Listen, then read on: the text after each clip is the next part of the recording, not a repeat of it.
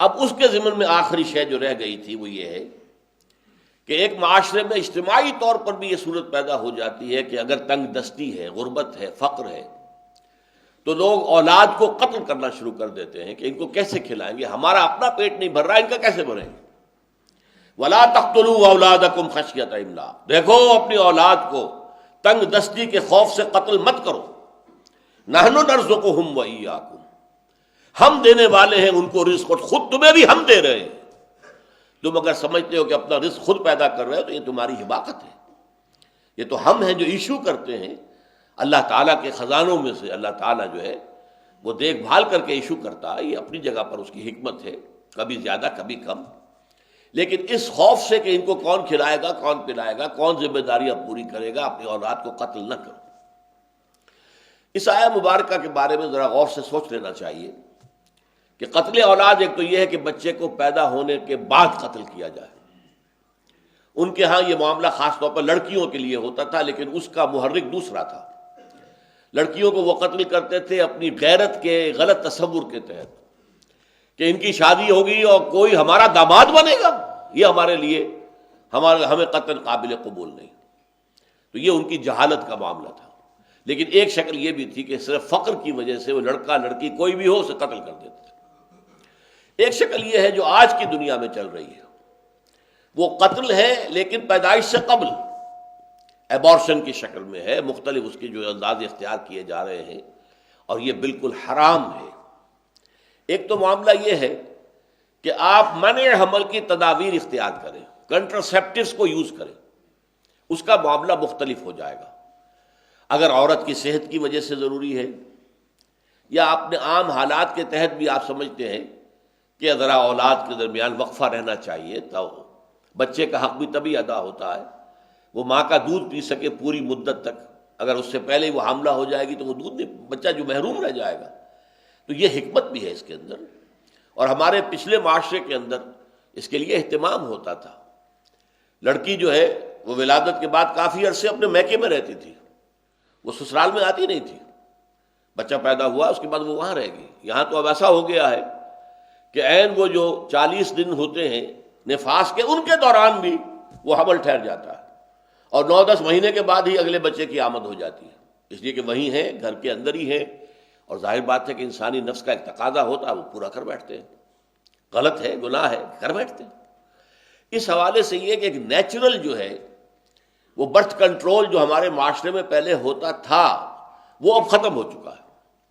لیکن یہ ہے کہ اس میں یہ کنٹراسیپٹیوز کے استعمال کی حد تک کوئی حرام والی بات نہیں ہے، اگرچہ اس کے پیچھے جو فلسفہ ہے، مالتھوس کی جو تھیوری تھی کہ آبادی اس حساب سے بڑھ رہی ہے اور ہمارے جو ذرائع ہیں رزق کے، خوراک کے، وہ محدود ہیں۔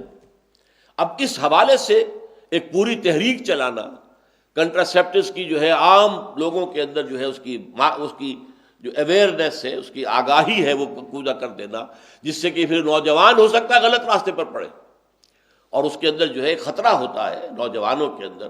ایک نوجوان لڑکی ہے، وہ بچاتی ہے اپنے آپ کو، چاہے یہ کہ اس کا کوئی قریبی تعلق، محبت بھی ہو گئی ہے کسی نوجوان سے، پھر بھی ڈرتی ہے کہ اگر کہیں وہ عمل ہم نے کیا تو میں اگر حاملہ ہو گئی تو کیا بنے گا۔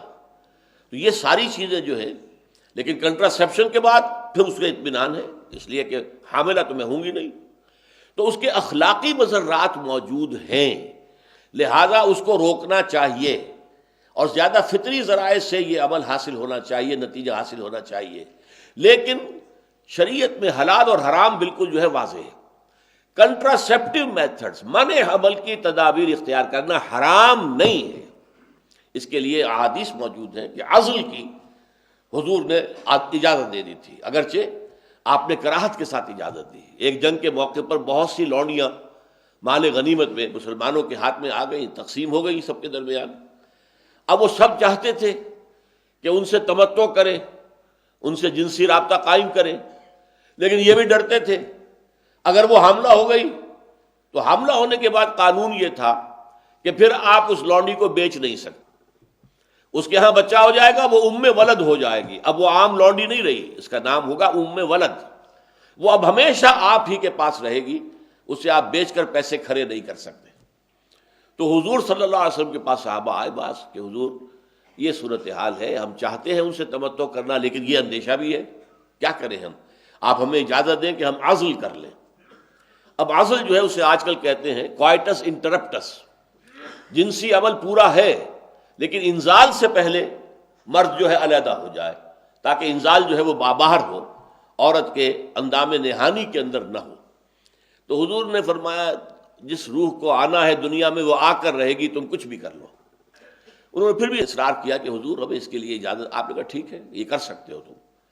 تو اس سے نتیجہ یہ نکلا کہ جو بھی کنٹرسیپٹیو میتھڈز ہیں وہ استعمال کیے جا سکتے ہیں۔